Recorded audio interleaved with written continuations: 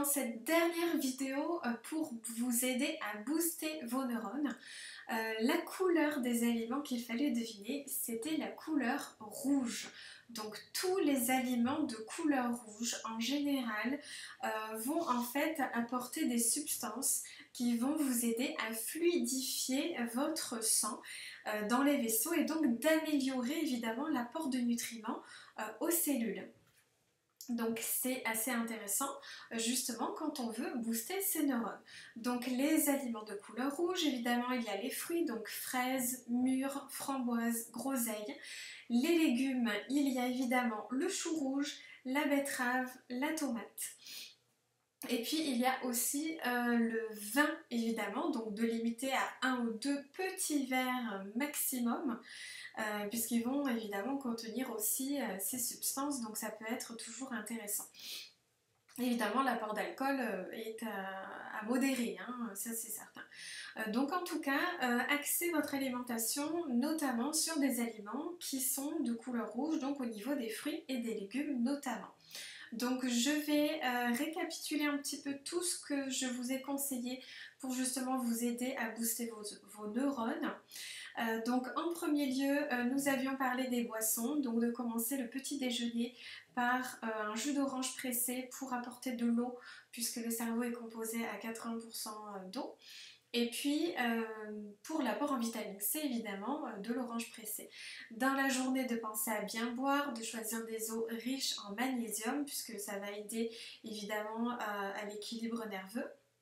Donc en général sur les bouteilles vous avez noté quand même le calcium, magnésium, donc en général c'est tout ce qui est Contrex, Sépar, voilà, donc ce sont ces eaux là.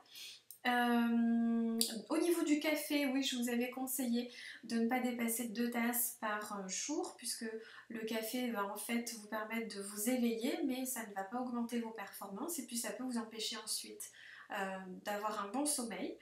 Dans la seconde vidéo, on parlait des repas, donc de penser à équilibrer les repas, de ne pas sauter vos repas ou de ne pas déséquilibrer vos repas par manque de temps à cause des révisions ou à cause de l'examen en lui-même.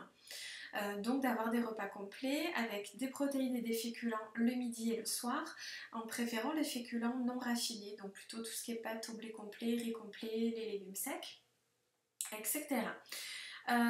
Ensuite, les matières grasses, donc de rajouter dans vos huiles traditionnelles, donc si vous utilisez de l'huile de tournesol ou de l'huile d'olive, de ne pas hésiter à faire moitié-moitié avec de l'huile de colza, de lin, de noix pour vous apporter des oméga 3 qui diffèrent un petit peu de ce que vous avez l'habitude enfin en tout cas des acides gras essentiels qui vont différer des huiles que vous avez l'habitude d'apporter à votre organisme.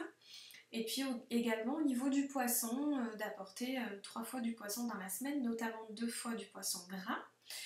Et le conseil d'aujourd'hui, c'est de privilégier les fruits et les légumes de couleur rouge. Voilà, vous savez tout pour booster vos neurones, pour vous aider justement à être en pleine forme pour les examens ou éventuellement pour une période de travail beaucoup plus intense.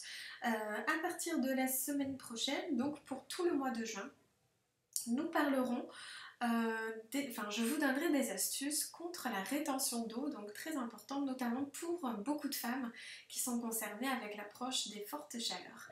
Et donc je vous retrouve la semaine prochaine, à très bientôt.